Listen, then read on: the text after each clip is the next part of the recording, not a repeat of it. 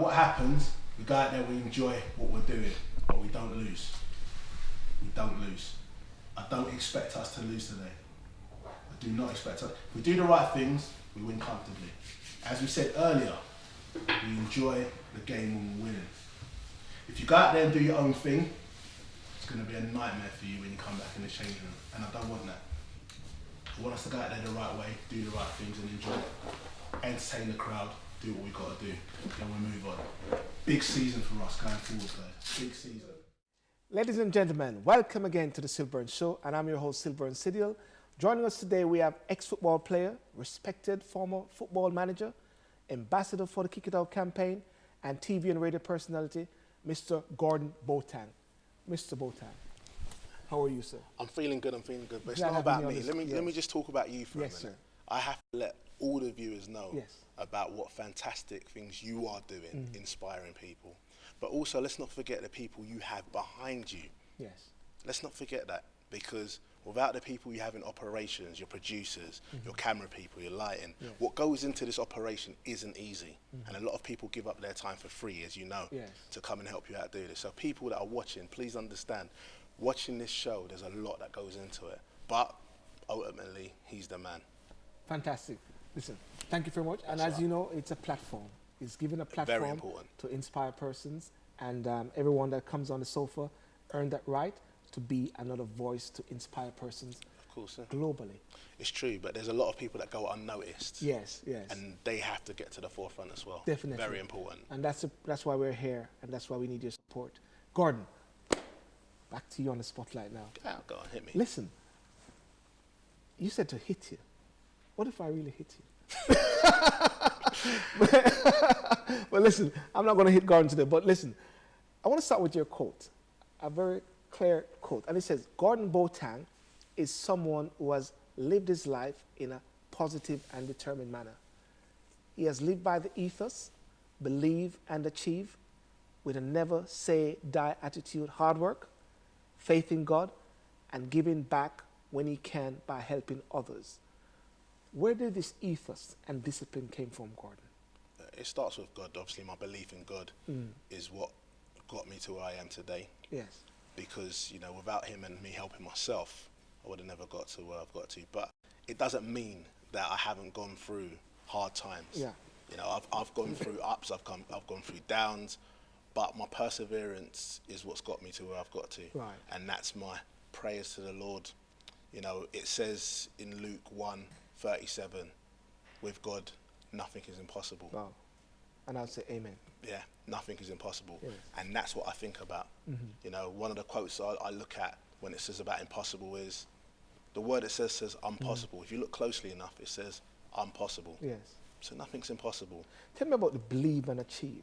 How was your background? What drives that factor? What was the driving force? I think when I was young, it stems back, and you're getting exclusive here. You're getting exclusive. Before it even comes in the book, you're getting exclusive. You heard that, people. Exclusive. You know, it was coming from my upbringing. You know, I had, you know, two fantastic parents. You know, you've always got to give respect. I've come from that ethos.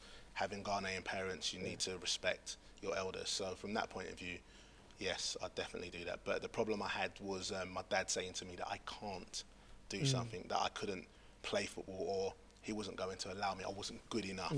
I think from that point of view, that didn't really help me out.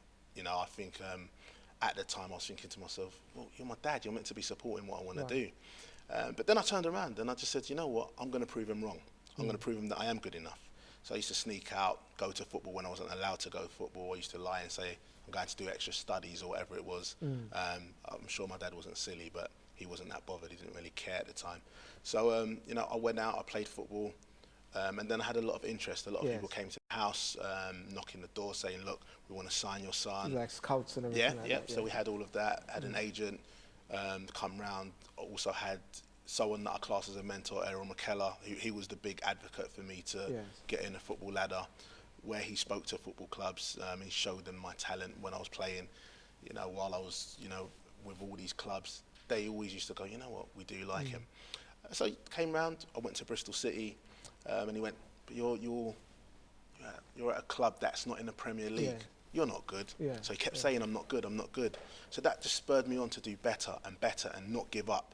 Because so when you talk about the ethos, believe and achieve, yeah, in short, it's me believing in myself, believing in God, having faith, yes.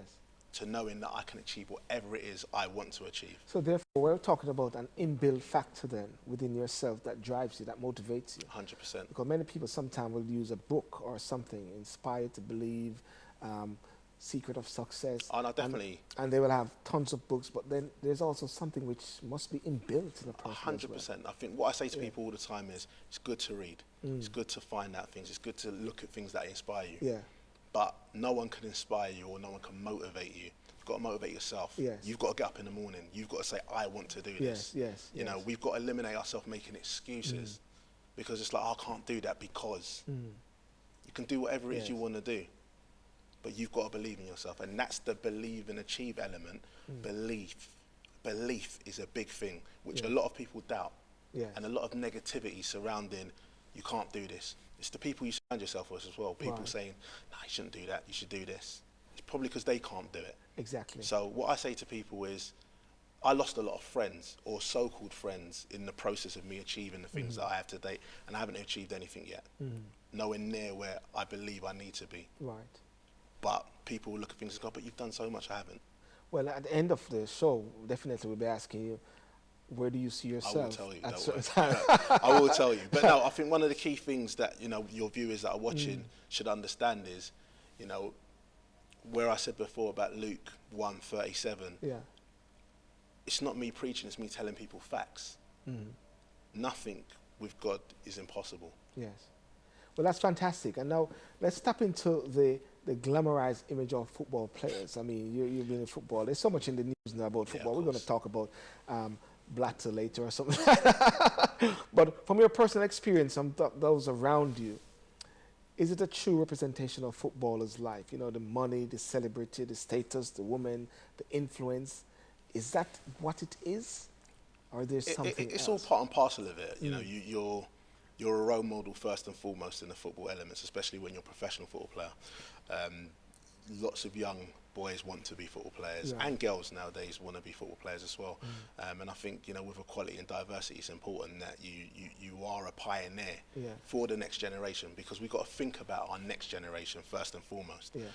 Because there's a lot of crime going on, there's a lot of people going in the wrong direction. So we need to bring that back and give them the platform. So you need to have the right role models for that to happen. Now, we talk about football players nowadays, and at the top and the elite level, yes, fast cars, yes, the women, and not all women, some women. You know, I don't want us to tile every woman under the same brush. Right. Some are there that want to go with the people because they've got money and stuff like that to have a better life. But ultimately, it's about the individual, it's all about the person. And I know a lot of football players that own the Premier League that are not like that at all. They're not materialistic. You wouldn't know what they do outside watching them on TV. Yeah. So therefore, someone getting up out of the gutter, not even said the gutter, someone with bad attitude, bad personality, terrible person, but with a very good skill at football. Now, that person gets signed by Manchester United, Arsenal, or whatever. Are they automatically a role model?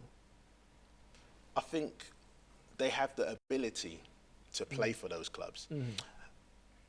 For you to be a pioneer and to be a role model, you have to be doing the right things at the right time. And if you've got a bad attitude or you're not going in the right directions, them clubs will release you anyway. Right. So you wouldn't be in the public eye for that to happen. And if you noticed, all of the people that do go down that road, They tend to be kicked out eventually. they're out and they're forgotten.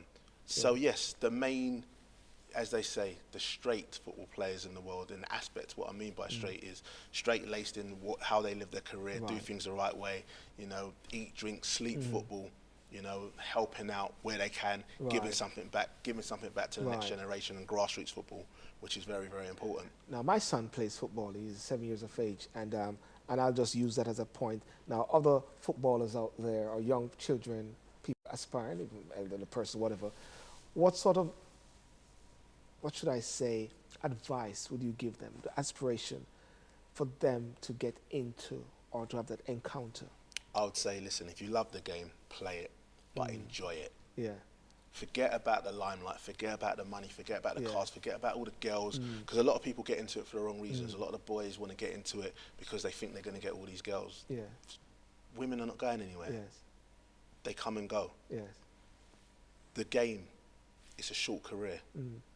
Give it everything you've got while you're playing, because obviously I had an injury, so I had to stop early, and that's a story we can talk about in a minute, about what I had to do and the transition, because everybody thinks they're going to make it in the football world. Right. But only a limited amount of players make it to the top level. And I'm talking about the people you see on TV every day. Right. They have to go through it. Some of them are lucky, and sometimes you need an element of luck. Right. But some of the others, they're hardworking and they have the right attitude. Right That's attitude. the core ingredients. Yeah. That's very interesting. And you have been blamed in the past for some critical bits, some missed and some goal loss or whatever. Criticisms, rather. How did you handle some of those criticisms? I think when I was a forward, obviously I missed opportunities like most forwards, didn't score enough. And I've got to be honest, I've got to say to myself, well, that's just down to me trying to be a crowd pleaser opposed to doing my job, scoring goals. Yeah. Being a manager, you know, you've got fans. They always want you to win games. They always want their team to play attractive football. Yeah. Sometimes it doesn't go hand in hand. Sometimes you've got to win the games to keep a job. But ultimately, what the key thing is showing people that you're trying, that you're hungry, that you want to do it. You know, Les Brown, motivational speaker, loads of people know him, says you need to be hungry to succeed. You need to want it. And that's one of the key things in football. There's a lot of people that don't want it enough. As much blessed. as they can breathe. That's, and then that comes back to Eric Thomas. You know, he says that quote, E.T., everyone calls him. You know, you need to want to succeed as bad as you want to breathe. Then you'll be successful. Yes.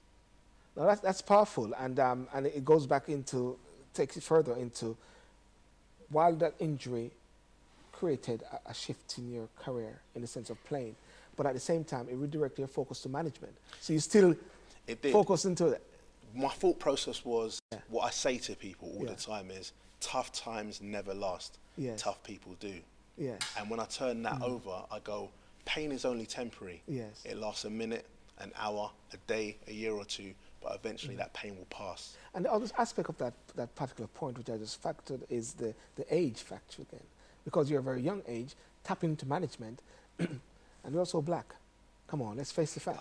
You know what? That is a big point. And I think there's a lot of talk surrounding ethnic football players, ethnic managers, ethnic coaches.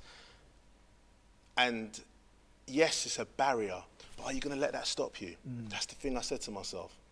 Because I'm dark, as it is. Yes, yes. So it's not a problem. So I stand out. People are going to know who I am. And they will never miss you. They will never miss me, never. But from that point of view, I know my ability. So I say, don't define me on my skills, my colour. Define me by my skills and ability. Like the same way I say about discrimination towards women. If a female can do the same job as a guy, give her the job if she's got the right qualifications and the right skill set. So it's the same thing within being an ethnic person. You're going for a job. Because people get judged, but you come through the door and they're like, and most times in football, they already know who they want to give the job to. That's the truth of the matter. You know, let's not lie, let's not sweep things under the carpet. Anybody in a football game will tell you, most clubs know who they want to give, who they want to give the managerial post for. They're like, right, okay, I know who it is, but I'll interview these people. So you have to do something outstanding to be remembered and not forgotten. So that's the ethos I had. And at the age of 21, when I first started managing and being the youngest manager. Which football team was that? Clapton FC. Clapton FC. So while I was there, the first thing was for me was I sent my CV out to loads of clubs to say, give me a chance. I've played in the league, I've played abroad in Norway. You know, I'm well respected, people know me in the game. They said, why don't you just play for us? Why do you want to manage our club? You're young. That's another type of discrimination. Age discrimination. Right, right. So it wasn't just colour, it was age as well. So I had a double battle to deal with, but I didn't let that stop me. And because of that now, how do you see that challenge now as today and for other persons with that, I should say opportunity. I'm not going to say obstacles. I like what you just said there. I didn't want to just feed into that word negative of I like what you said there. I say to people, win. Yeah. And what the breakdown for win is, what's important now. Yeah. Yeah? So W-I-N, what's important now. What's important now, yeah. And then when you look at now, what you're saying there is no opportunity wasted. So what I'm saying is, we have opportunities every single day that we go past and we don't even know it's there. Or someone present you with an opportunity, like you have with your show, to give the viewers something worthwhile, and you took it and you went, yeah, yeah. No, that's powerful. Keep talking, yeah. So then you look at that, you say to yourself, well, I'm not going to pass up any opportunity. And that's the sort of person I am. With all the things that I'm now doing, I look at life being too short. As I said, yes, I'm a child of God. I believe in God. But God has a time for you to come off this planet. Right.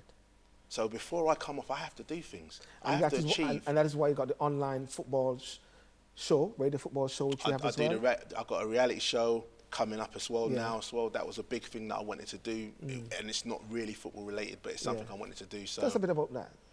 Yeah. Yola UK. It's a show about people from different demographics in the UK coming together, showing how life really is. You know, you have all these shows, Made in Chelsea, Towie, but it's not the real core ingredients of what life really is. A lot of people see them and like, oh, you're great. But what we're trying to say is, look, people have ups, people have downs, but they're still smiling, they're still happy to be here. You know, they're striving to get to where they deserve to be. So that's what our show shows as well as the football element. I have a football team that does things for grassroots and charity as well. So. Can I say that what I'm picking up is that you haven't started living yet? Oh, listen. It's like it's just an embryonic stage. It's like there's this massive opportunity which is out there. You're just tapping in. You're just 16. How old are you again? I'm 15. But no, in saying that, what I look at is, I said about the opportunity. There's opportunities out there. And it's your life. Yes. It's your life. And I think you've got to do the most you can for yourself and your family. And family comes first to me. So I make sure, as well as I'm working 24/7 in all the things that I'm doing, I ensure my family has the time they need. Friends, great. But some friends come and go. Yes. But your ultimate family are there for you through thick and thin. Very, very important. So I'm there to provide for them so that they don't have to stress and work going forward. So therefore, you're sending the ladder down.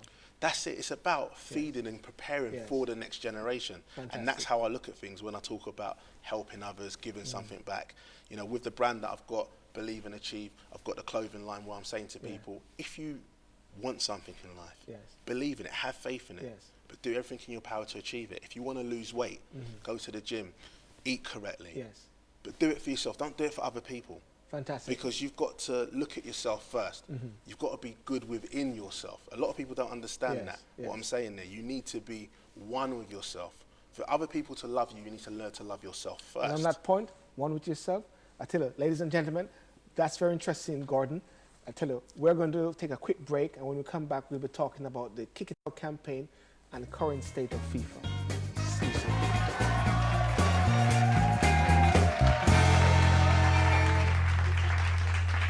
It made me more interested in media and football. I take more of a notice now when I'm watching football.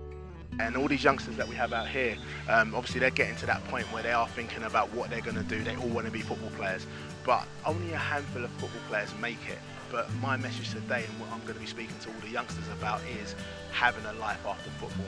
I now have my own brand, Boateng Believe and Achieve, which is if you believe in anything, make sure you do everything in your power to achieve it. Welcome back, ladies and gentlemen. And on the sofa, we've got Gordon Boateng, ex-footballer and a great gentleman. Gordon, welcome back again. We're going to keep shaking as a great gentleman. Thanks for that. No, listen, start again, man. Listen, you're also an ambassador, and I can see your badge on you, the Kick It Out Racism campaign, Kick It Out campaign.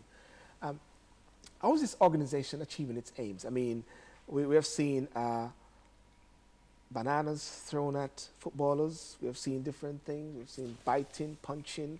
We've seen some people get away with certain things which other persons won't get on by virtue of color, as people think. What is the Kick It Out campaign? And give us some more information about that. What do you do with that? Yeah. Kick It Out was formed to combat discrimination, diversity, equality.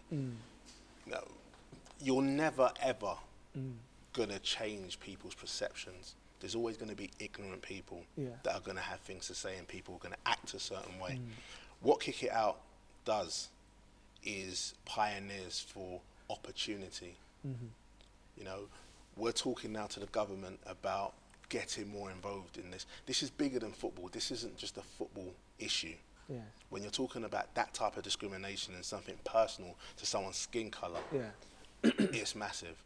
People misunderstand what Kick It Out does because they do a lot of things with anti-Semitism. They do a lot of things, homophobia, just all types of discrimination. So it's not just it isn't racism just that now. It's evolved because there's a lot more things happening in this world that needs attention. Can I just stick a pin right there? And are things sometimes a victim of their success?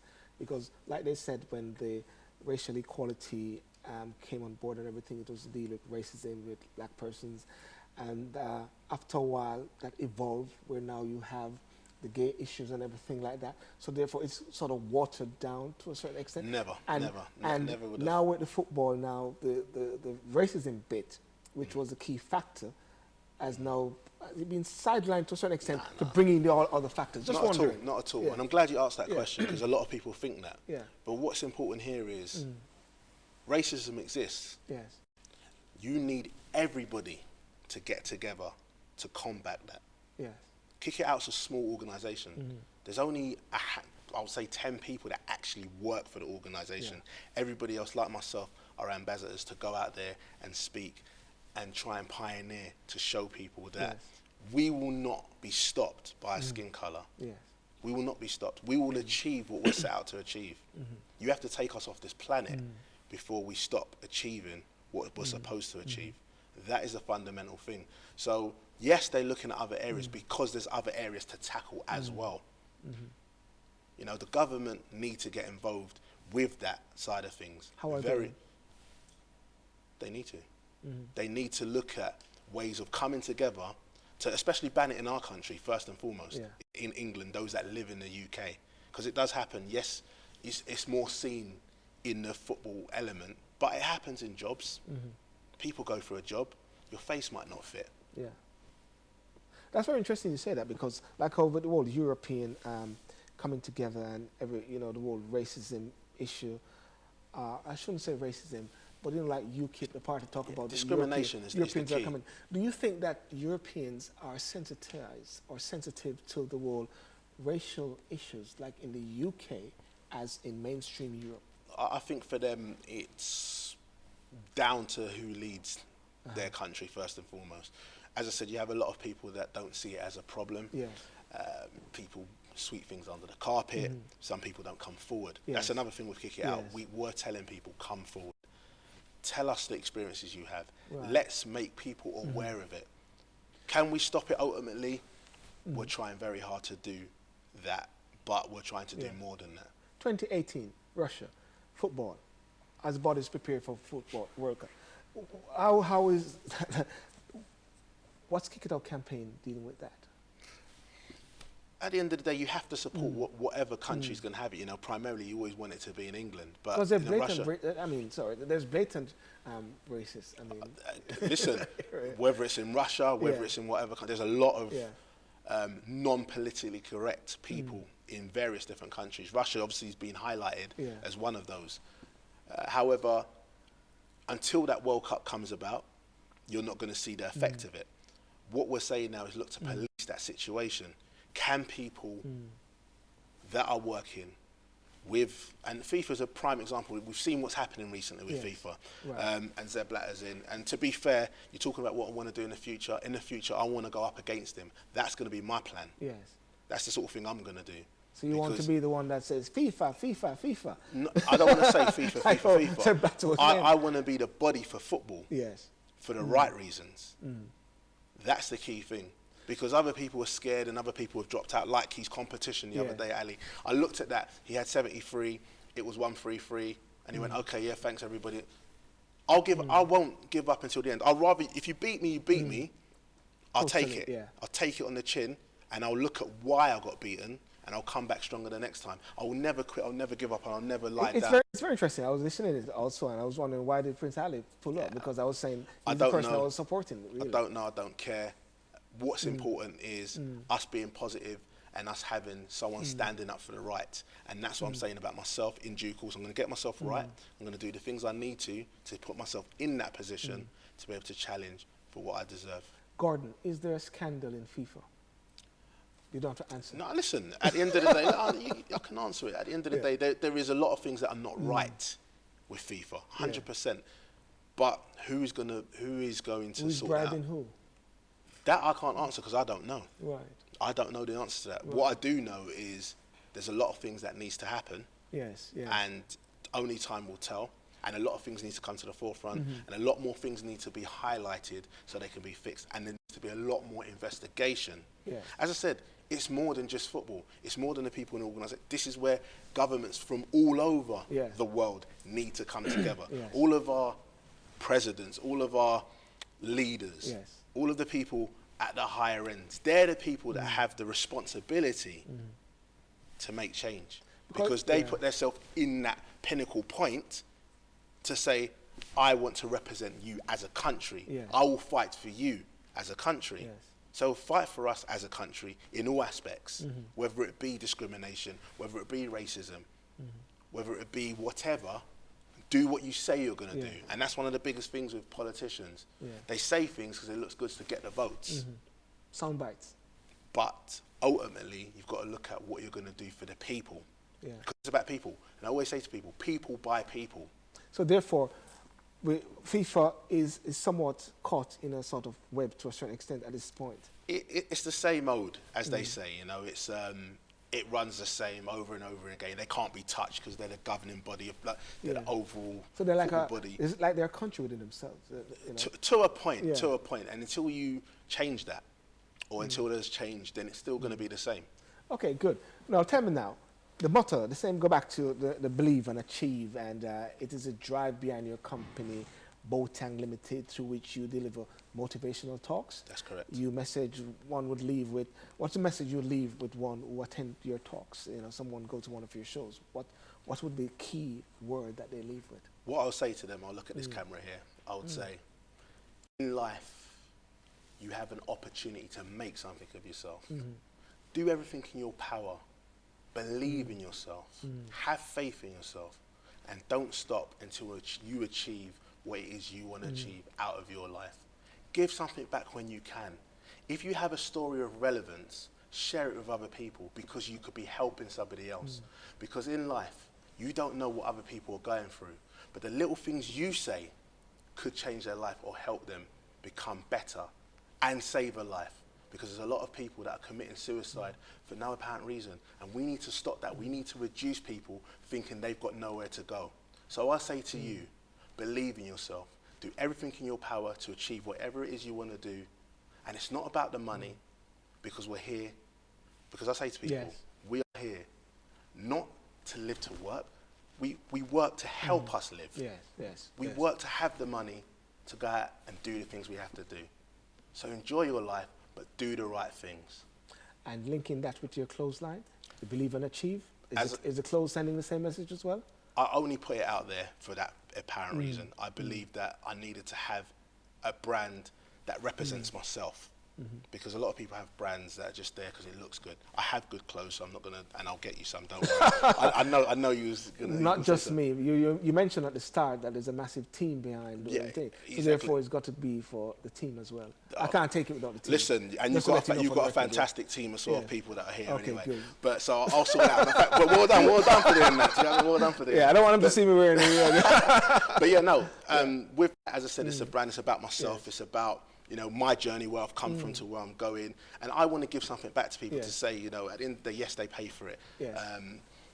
But they're paying for it because they'll go out and buy the Armanis of the world, the Gucci's of the world.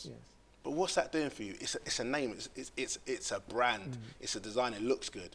But at the same time, why not have something that you can spread a message to people? You're out there saying, look, for instance, I've lost weight. Before I used to be this, and now look at me now. You know, I didn't think I could amount to anything at school. look at me now. I'm doing this job. I didn't go university, but I've got this. Not myself, but I'm just saying. Fantastic. Good. That's the message. Believe in yourself, do everything in your power to achieve it. Believe and achieve. Simple. Nice and simple. Ladies and gentlemen, believe and achieve. If that is all you can get from today, believe and achieve. Whatever you believe, you can achieve it. Listen, ladies and gentlemen, I want to thank you for joining us. And Gordon Boateng, the man, Mr. Believe, Mr. Achiever, thank you so much for coming on the show. Thank you. And keep up the good work. I will. Just make sure you subscribe, people. Please. I'm watching you. You're Subscribe. watching. And Gordon's watching you. He's watching every move you make. Thank you for joining us, Gordon. And ladies and gentlemen, for more information on Gordon, visit our website at SYLBOURNE.com. Remember to like and subscribe to our YouTube channel, SYLBOURNE TV. And one more time, thank you for watching and catch you next time.